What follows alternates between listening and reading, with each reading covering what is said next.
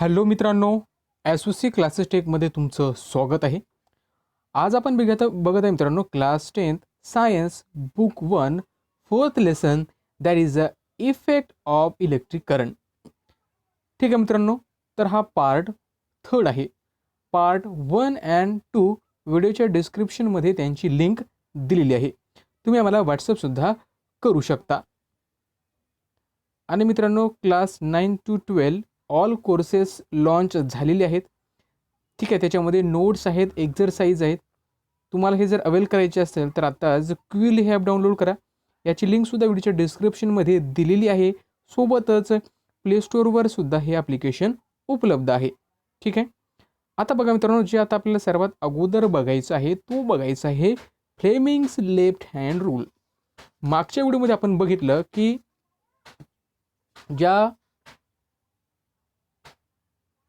जी electricity असते, जे current असतो, तो जर आपण रेजिस्टन्समधून जर फ्लो केला तर आपल्याला तिथं हीट मिळते. काय मिळते?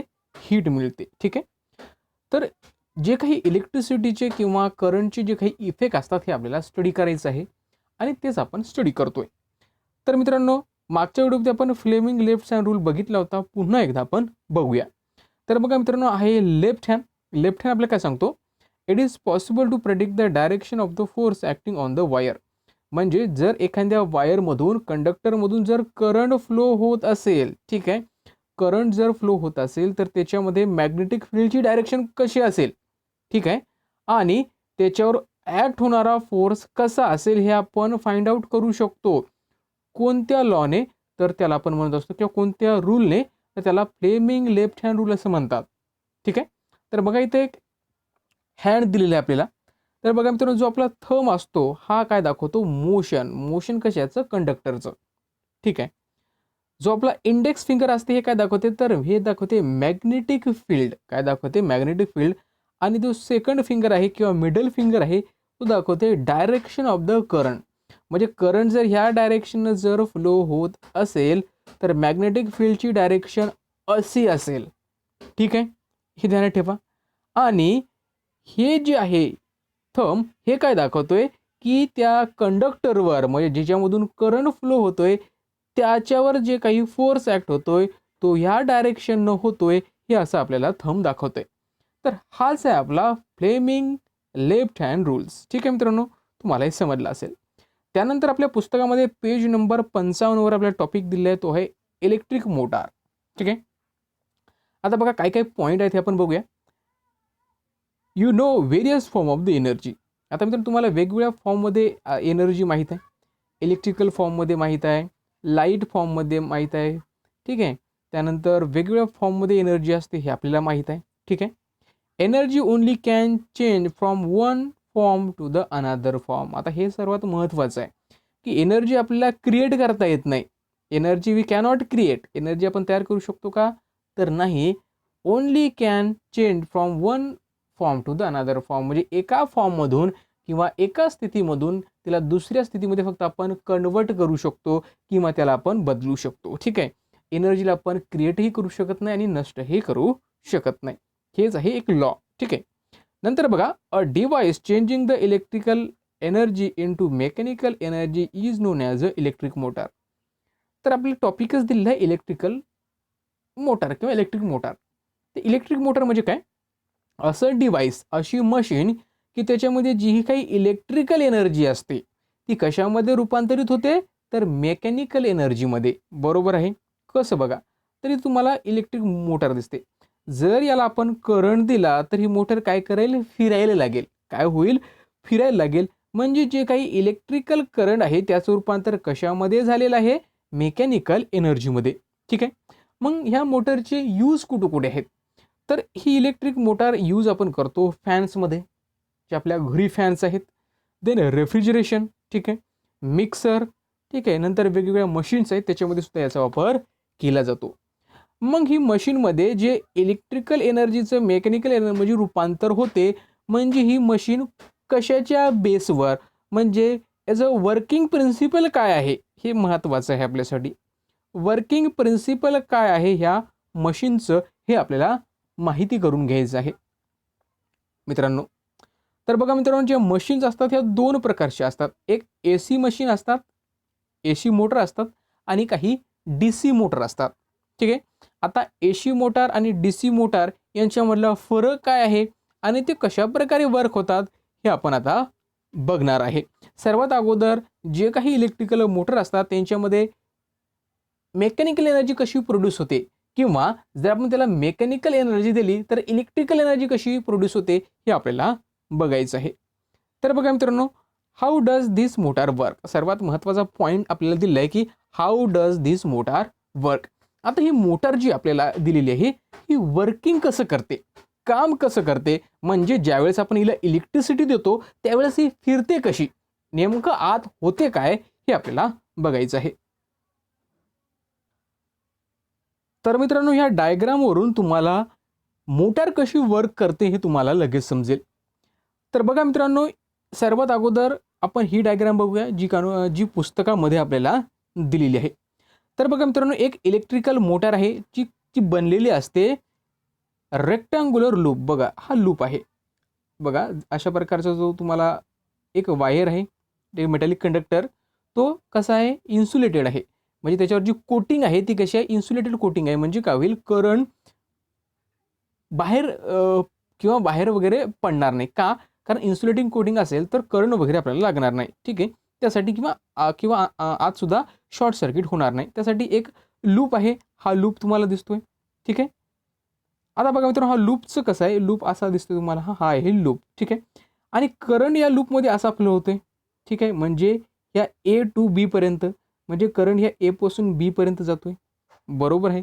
B पासून C पर्यंत जातोय, C पासून D पर्यंत जातोय आणि पुन्हा असा स्प्लिट रिंगवर येतोय. ठीक आहे. हा झाला लूप. आणि हे दोन्ही जे लूप आहेत हे काय केलं आहे, तर हा जे ॲक्सल आहे, हा शाफ्ट आहे. या शाफ्टवर दोन स्प्लिट रिंग आहेत. स्प्लिट म्हणजे काय, अशा प्रकारे. स्प्लिट रिंग म्हणजे काय, तर ते अशा प्रकारे असतात. ठीक आहे. हे गोल भाग झाला आणि थोडं यांच्यामध्ये अंतर असते. का? कारण एकमेकाला ते शॉर्ट सर्किट होऊ नये म्हणून. ठीक आहे. असं अंतर असते. जसं की तुम्हाला इथं दिसतंय, हे स्प्लिट रिंग आहेत. आणि जो हा लूप आहे या स्प्लिट रिंगला, म्हणजे वेगवेगळ्या दोन स्प्लिट रिंगला काय असतो, तो जोडलेला असतो. ठीक आहे. हे काय असतो, जोडलेला असतो. आणि हे स्प्लिट रिंग जे असतात काय करतात, त्या शाफ्टवर फिक्स केलेले असतात. पण त्याच्या आतून काय असतो, इन्सुलेटेड मटेरियल असते. म्हणजे जेणेकरून जे काही करंट आपण पास करतोय या शाफ्टवर यायला नको. कारण शाफ्टवर जर करंट आलं तर काय होईल, आपल्याला करंट लागेल किंवा आपली मशीन डॅमेज होईल. त्यासाठी इन्सुलेटेड कोटिंग असते त्या इनरला, कशाच्या, त्या स्प्लिट रिंगच्या. ठीक आहे. ही झाली स्प्लिट रिंग. ज्यावेळेस बघा मित्रांनो, करंट ज्यावेळेस फ्लो होतो या सर्किटमधून, त्यावेळेस करंट बघा असा जातोय, नंतर असा ह्या लूपमधून अशा प्रकारे तो ट्रॅव्हल करतोय. आणि बघा ट्रॅव्हल करताना तो काय करतोय बघा मित्रांनो, की ज्यावेळेस हा A मधून इथे गेला आणि हा इकडून इकडे आला करंट. बरोबर आहे. आणि बघा मित्रांनो, जर तुम्हाला एक मिनिट मित्रांनो. आणि मित्रांनो, जे हे मॅग्नेट आहे त्या मॅग्नेटमध्ये काय आहेत, तर काय आहेत, मॅग्नेटिक लाईन्स आहेत. ठीक आहे. अशा प्रकारे त्या नॉर्थ टू साऊथपर्यंत ॲक्ट होत असतात. आणि याच्यामध्ये काय होईल मित्रांनो, ज्यावेळेस आपण याला करंट देणार त्यावेळेस काय होईल, ज्यावेळेस करंट असा फ्लो होणार. ठीक आहे. करंट ज्यावेळेस असा फ्लो होणार त्यावेळेस काय होणार, त्यावेळेस जर तुम्हाला राईट हँड रूल माहीत असेल, ठीक आहे, राईट हँड थंब रूल माहीत असेल, तर बघा राईट हँड थंब रूल काय सांगतो आपल्याला, की ज्यावेळेस एखाद्या कंडक्टरमधून करंट ज्यावेळेस फ्लो होत असेल एखाद्या डायरेक्शननं, ठीक आहे, आणि त्याच्या बघा ज्यावेळेस करंट असा फ्लो होईल त्यावेळेस काय होईल, हा बी आणि ए किंवा ए आणि बी जो हा लूपचा जो पार्ट आहे तो वरती ढकलला जाईल. का होईल, वरती ढकलला जाईल. ध्यान ठेवा. आणि वरती ढकलल्यानंतर ठीक आहे, आणि ज्यावेळेस हा पार्ट इकडला बघा, इकडे ज्यावेळेस करंट फ्लो होईल त्यावेळेस हा पार्ट खाली ढकलला जाईल. म्हणजे हा पार्ट वरती आणि हा पार्ट खालती. म्हणजे या लूपचं जे रोटेशन होणार आहे ते होणार आहे अँटी क्लॉकवाईज रोटेशन. कसं रोटेशन होणार आहे, अँटी क्लॉकवाईज असं रोटेशन होणार आहे. ठीक आहे. आता रोटेशन होताना ध्यानात ठेवा की ज्या वेळेस हा लूप वरती जाईल आणि हा लूप खाली जाईल. ठीक आहे. दोन पार्ट आहेत लूपचे. ज्यावेळेस असं होईल म्हणजे इकडली बाजू हे बी ए बी आहे हे इकडे जाणार आणि जे सी डी आहे ती इकडे येणार पूर्ण हाफ रोटेशन झाल्यानंतर, बरोबर आहे. हाफ रोटेशन झाल्यानंतर काय होईल, इकडला पार्ट तिकडे होईल. त्याच्यामुळे सुद्धा करंट बघा काय होईल, करंटसुद्धा त्याच डायरेक्शननं फ्लो होणार. का? कारण इथं स्प्लिट रिंग आहे. स्प्लिट रिंग ऐवजी जर इथं स्लिप रिंग दिल्या असतील तर करंट रिव्हर्स डायरेक्शननं फ्लो झाला असता, तर ते झालं असतं AC मोटार झाली असती. पण ही इथं आपण दिसतो की ही DC मोटार आहे. कोणती मोटार आहे? DC मोटार आहे. ठीक आहे. बघा मित्रांनो, हे तुम्हाला समजलं असेल. अरे बघा, when a electric current passes through a coil a magnetic field, the magnetic forces produce a torque which turn the DC motor. आणि ज्या वेळेस याच्यामध्ये करंट फ्लो होईल, बघा करंट फ्लो होतो याच्यामधनं आज ह्या डायरेक्शननं, त्यावेळेस जो इकडली बाजू आहे वरती ढकलल्या जाते आणि ज्यावेळेस करंट इकडे फ्लो होतो त्यावेळेस ती खालती ढकलल्या जाते. नेहमी असंच होते. त्याच्यामुळे जो मोटरचा पार्ट आहे तो अँटी क्लॉकवाईज डायरेक्शनना फिरतो म्हणून. आणि जो करंट फ्लो होतोय हा याची डायरेक्शन सिंगल आहे, डायरेक्शन चेंज होते का? नाही. तर ही DC मोटर आहे. DC मोटर आहे किंवा DC याला आपण मोटर म्हणू शकतो. ठीक आहे. हे तुम्हाला समजलं असेल. हे आपण बघितलं. सेम प्रिन्सिपल असते AC मोटरसाठी, पण त्याच्यामध्ये करंट कसा चेंजेस होत असतो. देन बघा, how are the carbon brushes, why are the carbon brushes use and how do this work. तर बघा मित्रांनो, अगोदरच आपण बघितलंय. इथं तुम्हाला समजेल की जर मित्रांनो जर इथं ब्रशेस नसते तर बघा जो स्प्लिट रिंग आहे तर त्या शाफ्टवर फिक्स झालेल्या आहेत. आणि जर आपण फिक्स जर कनेक्शन दिलं तर ज्यावेळेस हा शाफ्ट फिरला असता तर सर्व जे वायर असते सर्व एकमेकांमध्ये गुंतल्या गेलेले असते, बरोबर आहे, ते तुटले असते. त्यासाठी जे ब्रशेस असतात ते ब्रश काय करतात, स्लिप रिंगवर काय होतात, स्लिप होतात. स्लिप रिंग म्हणा किंवा जे स्प्लिट रिंग आहेत त्या स्प्लिट रिंगवर जे कार्बन ब्रशेस काय करतात, घसरतात, फिरतात. घसरल्यामुळे काय होते की तिथे शॉर्ट सर्किट न होता इलेक्ट्रिसिटीचं फ्लो होते आणि तो कॉन्टॅक्ट मेंटेन राहतो. तर बघा, carbon brushes is a sliding contact use to transmit the electrical current from static to the rotating part. बघा आता बघा, जो केबल आलेला आहे का आहे हा स्टॅटिक पार्ट आहे आणि जो शाफ्ट आहे तो रोटेटिंग पार्ट आहे. मग ह्या स्टॅटिक पार्ट टू रोटेटिंग पार्टला जर करंट द्यायचा असेल तर याच्यावर आपल्याला पाहिजे स्लिप रिंग किंवा स्प्लिट रिंग. आणि ज्या वेळेस याला हे बघा इथं दिसतं तुम्हाला कार्बन ब्रशेस, ज्यावेळेस आपण याला कॉन्टॅक्ट करू त्यावेळेस काय होईल, याच्यामधला करंट या जे स्लिप रिंग आहेत किंवा स्प्लिट रिंग आहेत त्याच्यामध्ये फ्लो होईल. ठीक आहे. आणि हे वापरल्यामुळे काय होते मित्रांनो की तिथं स्पार्क वगैरे होत नाही. हे कार्बन ब्रशेस वापरल्यामुळे काय होईल, स्पार्क होत नाही. स्पार्क न झाल्यामुळे काय होईल, आपलं जे मशीन आहे ते व्यवस्थित स्मूथली वर्क करते. ठीक आहे. देन आहे मित्रांनो आपल्याला बघायचं आहे इलेक्ट्रोमॅग्नेटिक इंडक्शन. इलेक्ट्रोमॅग्नेटिक इंडक्शन बघा, इलेक्ट्रोमॅग्नेटिक इंडक्शन और induction is the process in which a conductor is put in the particular position and magnetic field keep varying or magnetic field is stationary and conductor is varying. This produce a voltage or EMF, electromotive force across the electrical conductor. बघा मित्रांनो, ज्या वेळेस आपल्याला बघा एक conductor आहे, बघा हा कॉईल दिसतो तुम्हाला, हा कंडक्टर आहे आणि इथं मॅग्नेट आहे. इथं काय दिलं आहे, मॅग्नेट दिलं आहे. ज्या वेळेस आपण काय करणार, हा जो मॅग्नेट आहे ज्यावेळेस याला आपण काय करणार, मागे पुढे सरकवणार, याचं टू आणि फ्रो मोशन करणार, म्हणजे मागे पुढे सरकवणार. त्यावेळेस या कॉईलमध्ये म्हणजे जो काही कंडक्टर आहे त्याच्यामध्ये इलेक्ट्रिसिटी म्हणा किंवा व्होल्टेज म्हणा किंवा EMF म्हणा म्हणजे इलेक्ट्रोमोटिव्ह फोर्स म्हणा, याच्यामध्ये काय होतो, प्रोड्यूस होतो. यालाच आपण इलेक्ट्रोमॅग्नेटिक इंडक्शन म्हणतो. आणि ते झाल्यामुळे इथं काय गॅल्व्हनोमीटर आहे. ठीक आहे. तर मित्रांनो, हा मॅग्नेट म्हणजे मॅग्नेटिक फील्ड जी आहे याच्यामधली जी आपण व्हॅरी केल्यामुळे म्हणजे त्याच्यामध्ये काही बदल केल्यामुळे या कंडक्टरमध्ये एक EMF प्रोड्यूस झालेला आहे. आणि तो EMF आपण गॅल्व्हनोमीटर म्हणजे काय, एक सेन्सिटिव्ह डिव्हाइस असते, त्याच्या माध्यमातून आपण काय करू शकतो, करंट मेजर करू शकतो. खूप स्मॉल जरी करंट असेल तरी गॅल्व्हनोमीटर मेजर करते. तर अशा प्रकारे मित्रांनो, आपण जर एखादा कंडक्टर असेल म्हणजे वाहक असेल आणि त्याच्याजवळ जर आपण मॅग्नेटिक फील्ड जर व्हॅरी केली, मागे पुढे जर एखादा मॅग्नेटिक केला तर त्याच्यामध्ये काय तयार होते, तर EMF तयार होते, इलेक्ट्रोमोटिव्ह फोर्स तयार होतो. त्याला आपण इलेक्ट्रोमॅग्नेटिक इंडक्शन किंवा इंडक्शन असं त्याला म्हणत असतो. तुम्हाला हे समजलं असेल.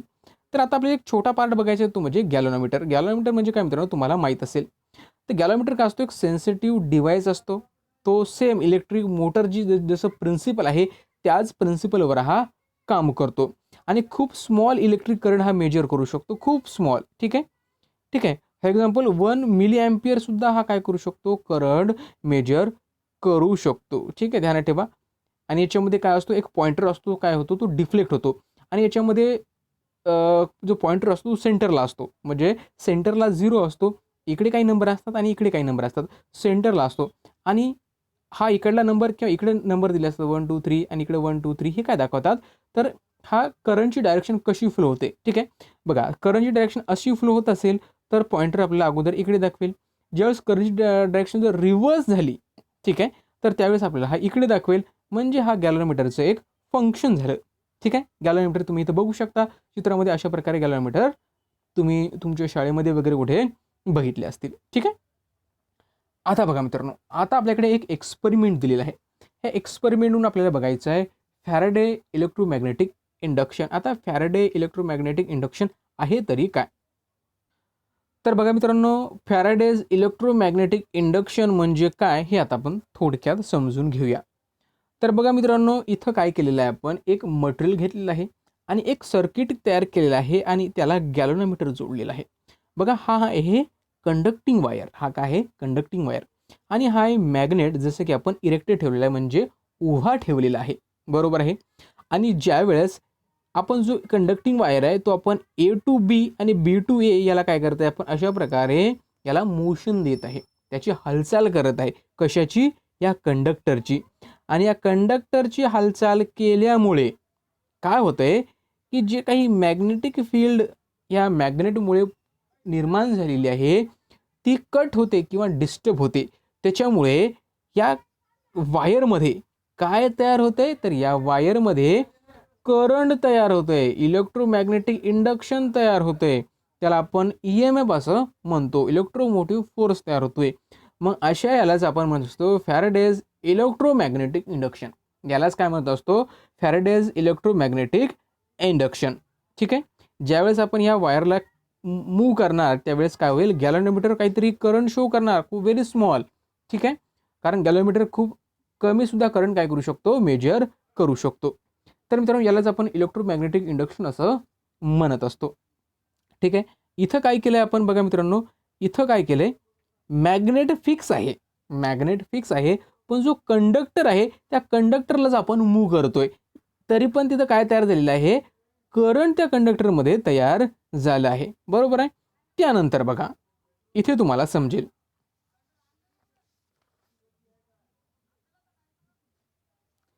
ठीक आहे मित्रांनो, इथं तुम्हाला दिसते की इथं आपल्याला कॉईल घेतलंय. पहिलं एक्झाम्पल आपण बघूया. When the current in the solenoid coil is switch on or off. तर बघा मित्रांनो, ज्या वेळेस आपण या सोलेनॉइड कॉइलमध्ये करंट चालू करतो किंवा बंद करतो त्यावेळेस काय होते, की जो कॉईल आहे याच्यामध्ये करंट सुद्धा प्रोड्यूस होते त्याच वेळेस. म्हणजे चालू केलं तर करंट प्रोड्यूस होतोय, जर आपण बंद केलं तर करंट प्रोड्यूस होणार नाही. जर आपण असंच चालू ठेवलं तर याच्यामध्ये करंट प्रोड्यूस होणार. ह्या एक्सपेरिमेंट एवढं आपल्याला समजलं. ठीक आहे. सेकंडमध्ये बघा, when a current is passing through a solenoid coil and the coil is displaced laterally with respect to the coil. बघा, आता बघा, हा झाला सॉलिनॉइड कॉईल आणि ज्यावेळेस आपण याच्यामध्ये करंट फ्लो करतो ह्या कॉईलमधून, बघा करंट अशा प्रकारे फ्लो होते. ठीक आहे. ह्या कॉईलमधून, कोणत्या, सोलेनॉइड कॉईलमधून. आणि जे काही मॅग्नेटिक फील्ड आहे, मॅग्नेटिक लाईन आहे ऑफ फोर्स, हा अशा प्रकारे काय होतात, या कॉईलमधून पास होतात. त्याच्यामुळे काय होते, की ह्या कॉईलमध्ये करंट तयार होतोय. काय तयार होतोय, या कॉईलमध्ये करंट तयार होतोय. नंतर तुम्ही काय करा, हा जो कॉईल आहे लॅटरली काय करा, त्याला मूव्ह करा. म्हणजे असं आडवं मूव्ह करा. आडवं मूव्ह केल्यानंतर तुम्हाला दिसेल की तिथं जो काही गॅल्व्हनोमीटर आहे, जो आपण करंट मेजर करण्यासाठी लावलेला आहे, त्याच्यामध्ये तुम्हाला डिफ्लेक्शन दिसेल.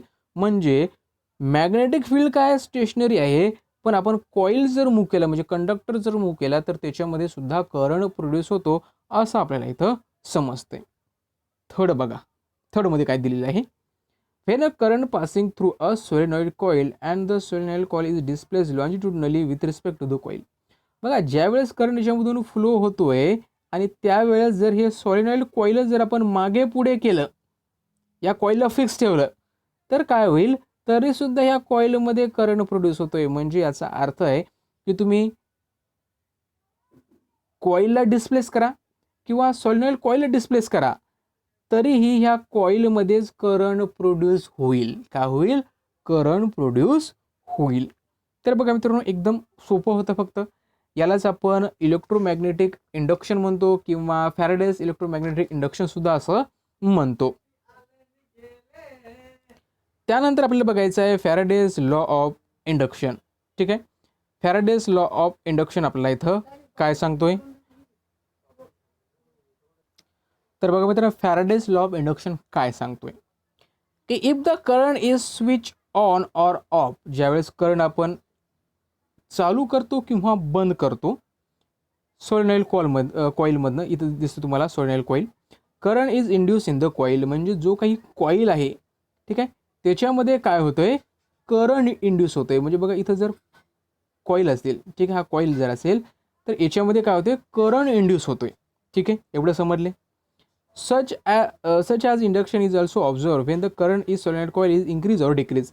जर या सॉलिनॉइड कॉईलमधलं करंट जर आपण इन्क्रीज केलं किंवा डिक्रीज केलं, म्हणजे कमी केलं किंवा जास्त केलं, त्यावेळेस सुद्धा काय होईल, तर कॉईलमध्ये आपल्याला काय होईल, इलेक्ट्रोमॅग्नेटिक इंडक्शन किंवा इंडक्शन पाहायला मिळते, करंट कमी जास्त केलं तरी. याचा अर्थ काय होतो, व्हेनेवर म्हणजे ज्यावेळेस number of electromagnetic line of force, म्हणजे ज्यावेळेस याच्यामधून करंट पास करतो त्यावेळेस हे इलेक्ट्रोमॅग्नेटिक लाईन जे तयार होतात, आणि ज्यावेळेस इलेक्ट्रोमॅग्नेटिक लाईन एखाद्या कंडक्टरमधनं ज्यावेळेस पास होतात आणि त्यावेळेस ते पास होतात त्यावेळेस ते चेंजेस होतात, कमी होतात, कधी जास्त होतात. का?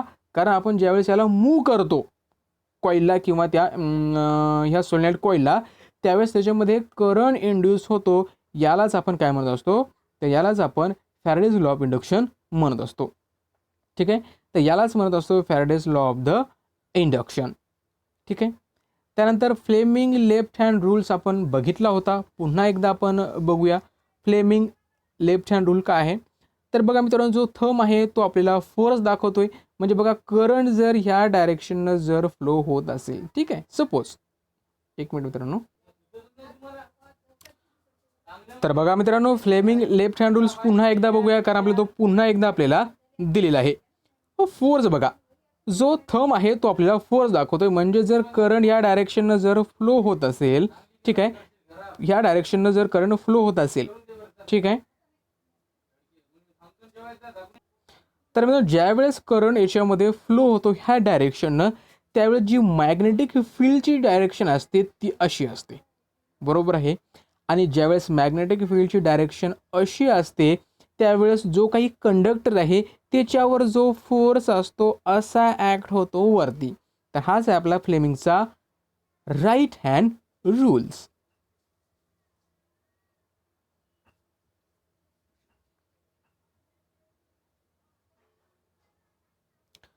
त्यानंतर बघा मित्रांनो, आता आपल्याला बघायचं आहे AC करंट आणि DC करंट.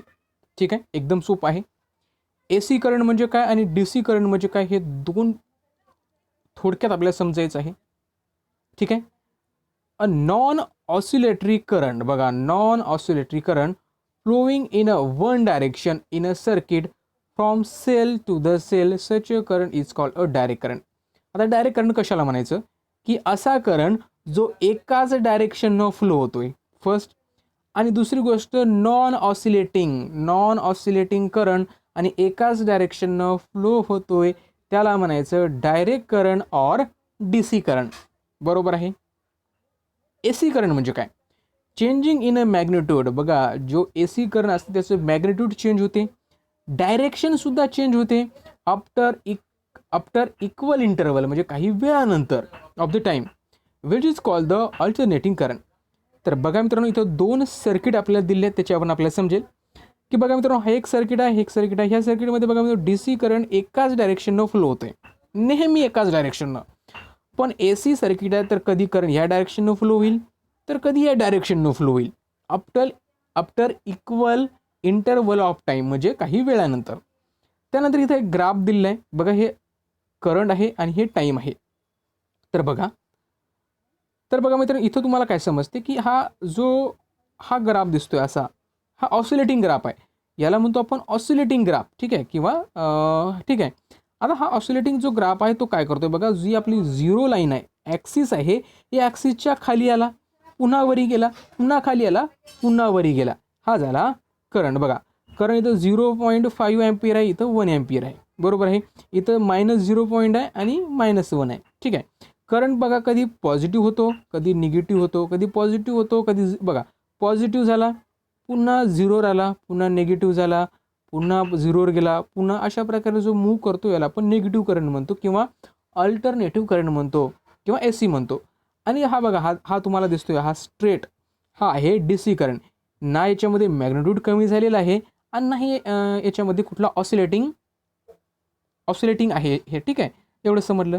बघा आता जो करंट आहे DC करंट बघा मित्रांनो, DC करंटची जी मॅग्नेट्यूड आहे तो कमी होऊ शकतो. मॅग्नेट्यूड म्हणजे त्याची जो DC करंटचं जे व्होल्टेज आहे ते कमी जास्त होऊ शकते, ठीक आहे. पण ते ऑसिलेटिंग नाही. कारण ऑसिलेटिंग म्हणता येईल का? नाही, कारण जो ॲक्सिस आहे जो झिरो आहे, झिरोच्या खाली तो येतोय का? तर नाही. ठीक आहे मित्रांनो, तर हे होतं थोडक्यात. त्यानंतर शेवटचं आपल्याला बघायचं आहे इलेक्ट्रिक जनरेटर. आता बघा मित्रांनो, इलेक्ट्रिकल जनरेटर कसं वर्क करते. This experiment is based on the electromagnetic induction. जे आपण बघितलं इलेक्ट्रोमॅग्नेटिक इंडक्शनवर हा बेस आहे. Single loop produce a very small current. आता जर सिंगल लूप असेल म्हणजे एकच लूप असेल तर खूप स्मॉल करंट प्रोड्यूस करणार. त्याच्यासाठी आपल्याला गॅलोमीटर लागणार मोजण्यासाठी. आणि जर जे इलेक्ट्रिकल जनरेटर असतात जे आपल्या घरी असतात किंवा आपण बघतोय, तर त्याच्यामध्ये जे करंट प्रोड्यूस होतो त्यांची जे मॅग्नेट्यूड असते खूप हाई असते.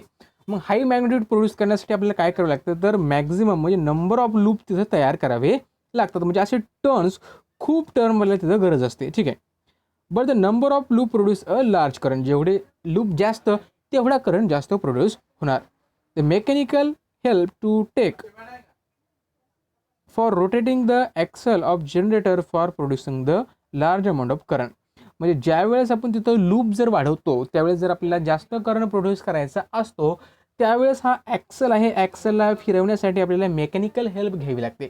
मेकॅनिकल हेल्प म्हणजे आपल्याला बाहेरील एखाद्या ताकदीने ती फिरवावा लागतो. मग ती विंड पॉवर असो किंवा त्याला आपण हायड्रोस्टॅटिक इलेक्ट्रिसिटी म्हणतो, ठीक आहे. हायड्रोस्टॅटिक म्हणजे जी इलेक्ट्रिसिटी पाण्यापासून आपण तयार करतो, ठीक आहे. तर नंतरचा भाग आहे ते आपल्याला बघायचं नाही. तर मग इलेक्ट्रिक जनरेटर असते ते कसे असतात बघा, दोन मॅग्नेटच्या मधामध्ये एक लूप असतो, ठीक आहे. आणि मॅग्नेटिक फील्ड असे असतात त्याच्यामध्ये, ठीक आहे. आणि करंट ज्यावेळेस असा फ्लो होतो, ठीक आहे, त्यावेळेस काय होईल, ही बाजू वरती ढकलल्या जाईल आणि इकडली बाजू आहे ही खालती ढकलल्या जाईल, ठीक आहे. त्यामुळे काय होईल, हा इकडे फिरेल, हा इकडे फिरेल. आणि ज्यावेळेस हा सरळ येईल असा, ठीक आहे, म्हणजे ज्यावेळेस हा असा येईल त्यावेळेस काय होईल, हा तिकडे जाईल आणि तो इकडे येईल, ठीक आहे. समजले.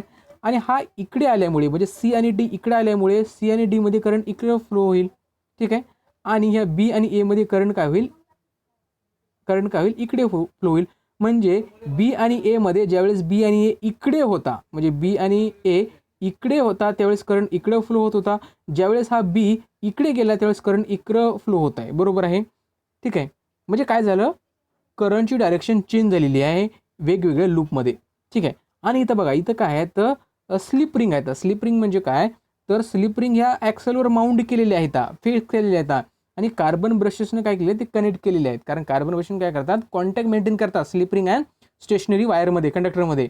आणि ज्यावेळेस बघा मित्रांनो, बघा वेगवेगळ्या स्लिप रिंग आहेत. ही एक स्लिप रिंग आहे आणि दुसरी ही एक स्लिप रिंग आहे. तर बघा ही स्लिप रिंग बघा, आता बघा मित्रांनो ध्यान देऊन, तर बघा मित्रांनो ही स्लिप रिंग आहे किंवा हा ब्रश आहे या पहिल्या स्लिप रिंगवर आहे, बरोबर आहे. मग ज्यावेळेस हा A आणि B ज्यावेळेस इकडं करंट फ्लो करतोय त्यावेळेस करंट इकडं फ्लो होतोय, बरोबर आहे. ज्यावेळेस हे AB आहे ज्यावेळेस इकडे जाईल त्यावेळेस करंट इकडे फ्लो होईल. म्हणजे काय होईल, करंट असा रिव्हर्स येईल. म्हणजे ज्यावेळेस करंट इकडे जात होता त्यावेळेस हे B आणि इकडे गेल्यानंतर करंट असा रिव्हर्स फ्लो होईल, ठीक आहे. म्हणजे काय होईल, करंट अल्टरनेट होईल, चेंज होत राहील, ठीक आहे. म्हणजे काय करेल, आपलं गॅलोनोमीटर काय करेल, जे असेल कधी हे 0 असतो. इकडे काही रीडिंग असतात, इकडे रीडिंग असतात. कधी तो अशी रीडिंग दाखवेल, काही वेळानं अशी दाखवेल, पुन्हा अशी दाखवेल, काय अशी दाखवेल. अशा प्रकारे तो त्याचं डिप्लेक्शन चालूच ठेवेल. तर मित्रांनो अशा प्रकारे हा इलेक्ट्रिकल जनरेटर ऑपरेट होत असतो. आपण हे बघितलेलं आहे. ठीक आहे. तर मित्रांनो याची डायग्राम आहे. हे आहे AC जनरेटर आहे, DC जनरेटर. आता इथे जर आपल्याला DC जनरेटर पाहिजे असेल तर काय करावं लागेल, या जे स्लिप रिंग आहे तर या स्लिप रिंग ऐवजी आपल्याला काय यूज करावं लागेल, तर आपल्याला तिथं स्प्लिट रिंग यूज करावे लागतील. ठीक आहे, आपण बघणारच आहे. बघा, what will be required to make a DC generator. DC generator करण्यासाठी काय करावं लागेल, तर आपल्याला स्प्लिट रिंग, म्हणजे बघा जिथं स्लिप रिंग होत्या तिथं आपण स्प्लिट रिंग यूज केलेले आहेत. काय केले आहेत, स्प्लिट रिंग. म्हणजे स्प्लिट रिंगनं काय होईल, जो करंट आहे तो नेहमी एकाच डायरेक्शननं फ्लो होईल. कारण हे बघा कट झालेले आहेत मधातून. ज्यावेळेस करंट ह्या डायरेक्शननं फ्लो होतोय A आणि B, ज्यावेळेस हा AB इकडे येईल, ठीक आहे, आणि हे DC तिकडे जाईल, त्यावेळेस ते रिंगा स्प्लिट झालेल्या आहेत. स्प्लिट झाल्यामुळे काय होईल, हे इकडे आल्यानंतर सुद्धा ह्याच डायरेक्शननं फ्लो होतील, हे इकडे आल्यानंतर ह्या डायरेक्शननं. पण जे वायर आहेत ते मात्र कसे राहील, त्याच्यामध्ये करंट सिंगल डायरेक्शननं फ्लो होत राहील. ठीक आहे. तर मित्रांनो आय होप तुम्हाला हे समजलं असेल, कशाप्रकारे आपण समजून घेतले. ठीक आहे. तर मित्रांनो हा व्हिडिओ तुम्हाला कसा वाटला नक्की आम्हाला कळवा. तुम्ही मला व्हॉट्सअप करू शकता, मेसेज करू शकता, तुमचे अभिप्राय आमच्यापर्यंत पोहोचवू शकता. Thanks for watching.